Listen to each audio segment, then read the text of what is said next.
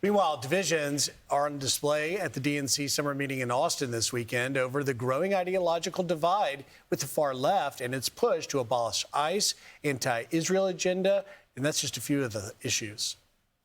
We must abolish ICE. It is a cruel, rogue agency. New Mexico is a border state.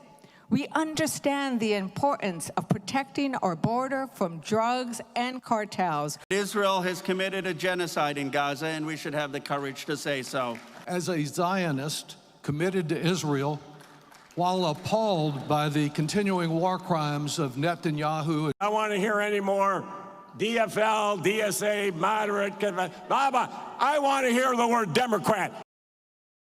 Democrats also finalizing their 2028 primary calendar, moving more racially diverse states to the front. To start with South Carolina. Fox News contributor and former GOP Congressman Jason Chaffetz joins us now. Great to see you, Jason. Glad to be here. Especially in studio.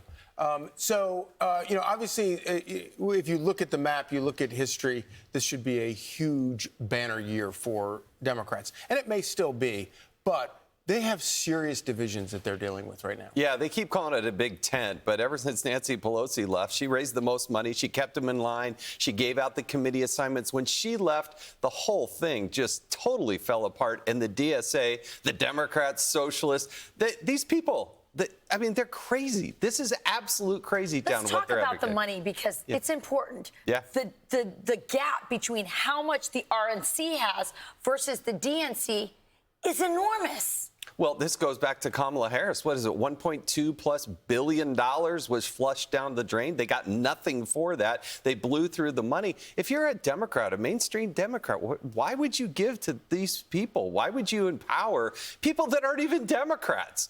I mean, Bernie Sanders, he may caucus with the Democrats, but he's not an actual Democrat. AOC, is that who you're going to give your money to? Well, the public is saying, no, we're not going to do that. Now, the NGOs, they're doing it. Outside money's coming in. But the traditional Democratic donor, they're not doing it. No, she's got a great point. So the Republicans have $128 million on hand. The Democrats have $16 million on hand, but they're 18 in debt. So they're that's the way they would run the government. That's what else do you need to know? That's what they do. That tell you, because you were a member of Congress, you understand how these things work. Does it tell you that the grassroots Democrat out there is starting to shift towards these socialists? You have, by the way, I want to play this because former Virginia Governor Terry McAuliffe, we haven't heard from much. You're starting to see some of these elder statespersons of the Democrat Party coming out going, no problem, there's no problem, everything's good. But the money and the grassroots operation and the primary wins tell a different story. Here's McAuliffe. And that's why this opportunity is so big for us to come together, get moving. And let me say another thing. I'm a little tired of all of this stuff you hear every day about all of these labels. DFL or DSA, moderate, progressive, whatever, liberal. You know, when I was governor of the Commonwealth, guess what? I created more jobs than any governor in the history of the Commonwealth of Virginia. Does that make me a centrist? But I also gave more people health care than any other time in the history of the Commonwealth of Virginia. Does that make me a socialist? No, it makes me a damn good governor and a proud Democrat. Does that fly? No. First of all, government doesn't create jobs. People and businesses do create jobs. But other than that, I think he's right. Let's believe him. These people are Democrats. They try to put other labels on it. But at the end of the day, if they go to the ballot, it's going to say Democrat next to them. That's what they want. They want that brand. They want to be able to do that. But to your point, Charlie, they should be surging. These people, I mean, in an off-year election, they should be surging. It's not. And it's, you know, race by race. But to say they're not in favor of ICE and borders and private property and they want to reconstitute the presidency, they want to pack the court. I mean, other than that, it's just great. Every now and then we get some reminders of our friend Charlie Kirk. Something goes viral that maybe, you know, he said a year or two ago. The latest one is a debate or him talking actually about Hassan Piker's socialist hypocrisy. So we're going to watch this and I want to get your reaction. Why don't you give 95% of your money away and go live on a commune? Do you really think that that's how it works?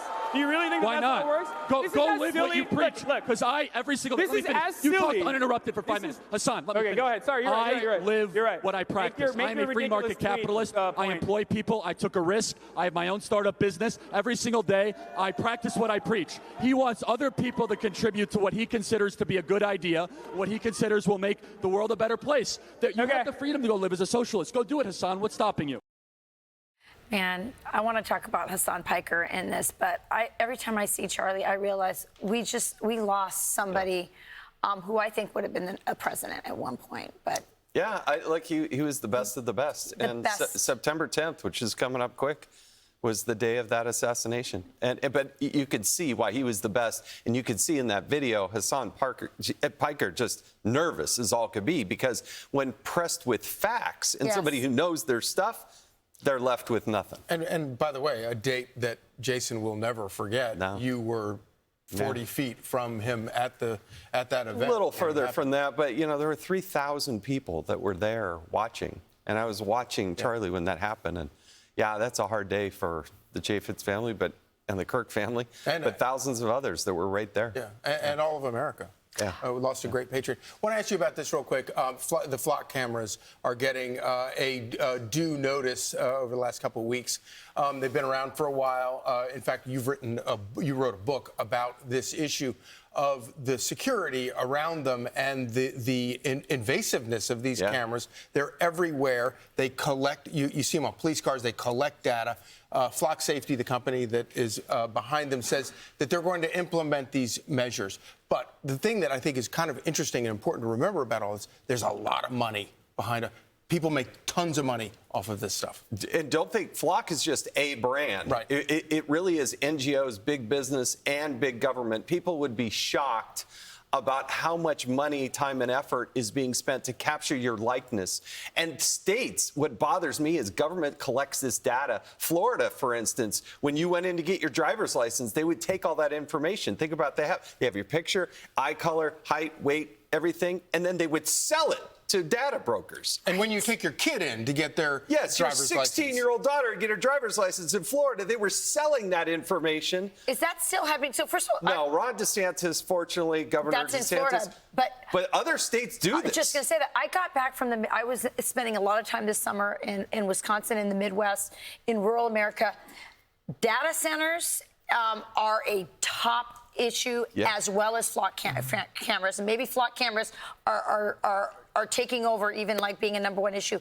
So I get that state governments and police want this data. I don't agree with it, but okay, I see why they. But what are these companies doing with all? They sell it to the data brokers. The data brokers then can compare it to everything online. There are companies out there that capture billions and billions of. They scrape all your social media. They scrape everything out there. Then they combine that. They create a profile. I believe you, as an American, have a right to anonymity. You should be able to go out into the public. Let me quickly take the devil's advocate, which is in the case of Florida, it was the flock camera system that was able to catch Ryan Ruth. So it appears it does serve some sort of law enforcement benefit. But what you also find is, for instance, in Utah, we had one city where it was by the hundreds of thousands of times law enforcement was scraping that data, trying to figure things out. When you catch a kidnapper or something, or a bank robber, everybody says, yeah, that's great. But you cannot live your life right now. And what's going on with AI, if you look at what Meta is doing with the Ray-Ban glasses, if you were to walk down the street and you're just an average Charlie, and somebody would be able to see your face, AI can tell you exactly all your background, who you are, where you live. I hate this. Is creepy. I hate it. Every little town and city in America should be fighting against this. This is so un-American, so unconstitutional. What did Benjamin Franklin say? Anyone who chooses security over freedom will have neither. Deserves neither. Deserves neither. This is so un-American. I don't want to live in a digital prison surveillance state. And it is happening. And ask your local government what they collect and what they sell. That's what's crazy about it. Jason, I hate it. Thank you. All right, thanks so much. Be sure to like and subscribe for all the Fox News latest on YouTube, and catch full shows streaming now on Fox One.